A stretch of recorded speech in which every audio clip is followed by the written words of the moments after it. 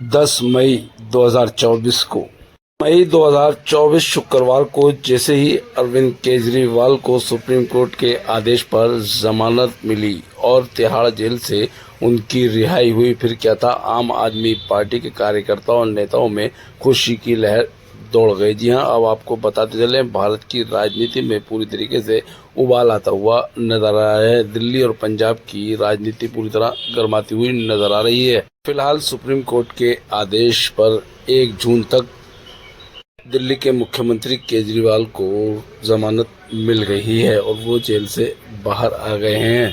अब ये आने वाला समय ही बताएगा कि आम आदमी पार्टी किस तरीके का 2024 संसदीय चुनाव में अपना परचम लहराती है। तहलका न्यूज़ चैनल की विशेष खबर को ये भी बताते चलें कि इंडिया गठबंधन पूरी तरीके से केजरीवाल की रिहाई के बाद खुश नजर आ रहा है। दिल्ली के मुख्यमंत्री की रिहाई के बाद उनके समर्थकों और अधिवक्ताओं ने क्या कहा,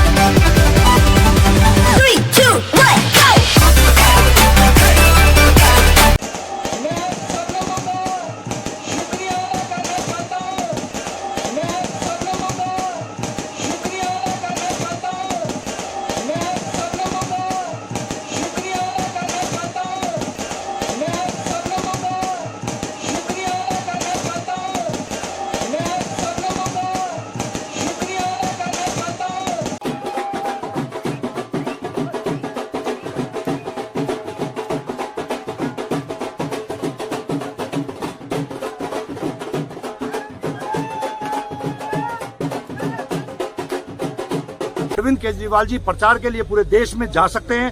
कहीं पर भी किसी भी अपनी पार्टी या इंडिया अलायंस के किसी भी हिस्से में जाकर प्रचार करने की उनको छूट दे दी गई। ये पीएमएलए जैसे मामले में जिसमें केंद्र की पूरी सरकार, उनकी पूरी आर्टिलरी, पूरी मशीनरी एक मुख्यमंत्री को जेल में रखना चाह रही थी, और ऐसे मामलों में जहां पे महीनों महीनों बिना सबूतों के लोगों को जेल में रखा गया, उनकी इंटरिम बेल 40 दिन में होना, मुझे लगता है कि कोई चमत्कार से बड़ा ही कुछ है।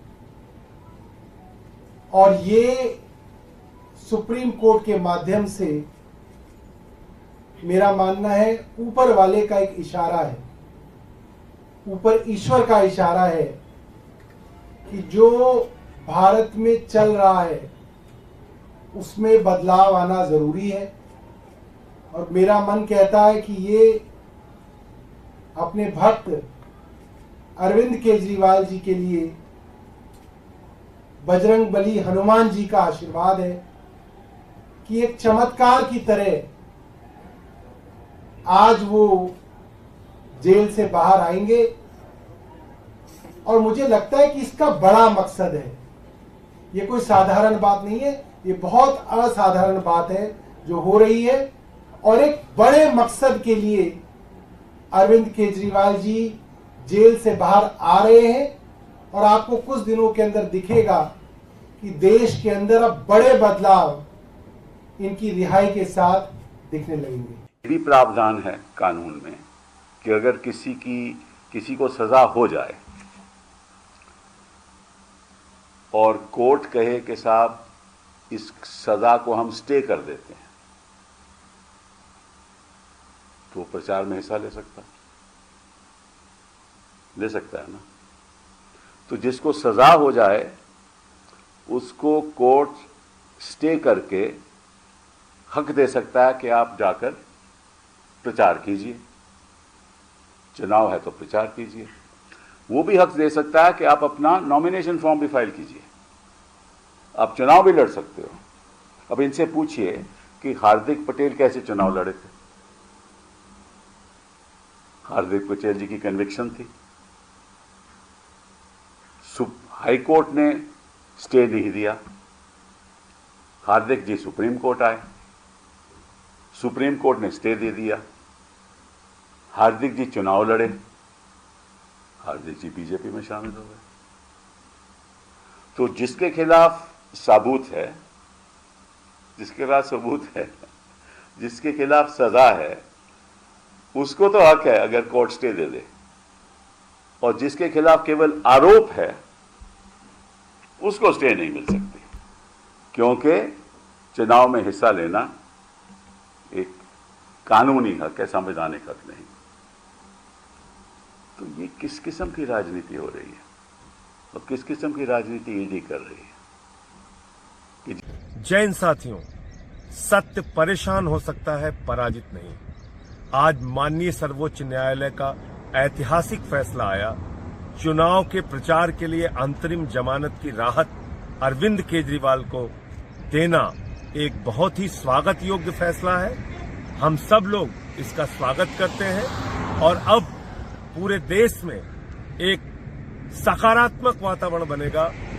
जो अन्याय, अत्याचार और तानाशाही है देश के प्रधानमंत्री और भारतीय जनता पार्टी की, उसका अंत होगा। अब देश केजरीवाल का कमाल देखेगा।